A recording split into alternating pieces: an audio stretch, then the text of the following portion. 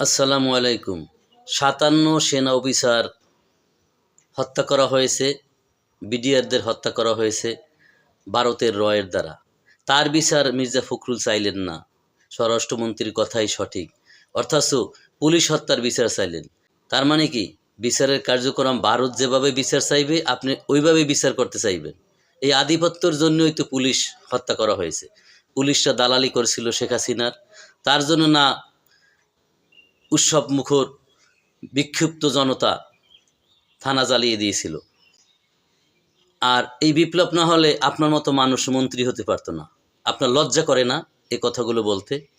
যে বিপ্লবের মাধ্যমে আপনারা সরকারে বসেছেন সেই বিপ্লবীদের বিচার করবেন, অথচ ৫৭ জন সেনা কর্মকর্তা এবং বিডিআর হত্যার বিচার ব্যাপারে কথা নেই। এটা রাষ্ট্রের নীতি হতে পারে না। ভারতের তাবেদারি করবেন, ভারতে গিয়ে শেখ হাসিনার সাথে রাজনীতি করুন, সেটা শোভনীয়। আর এখন যেটা করছেন এটা মোটেই এদেশের জন্য শোভনীয় নয়।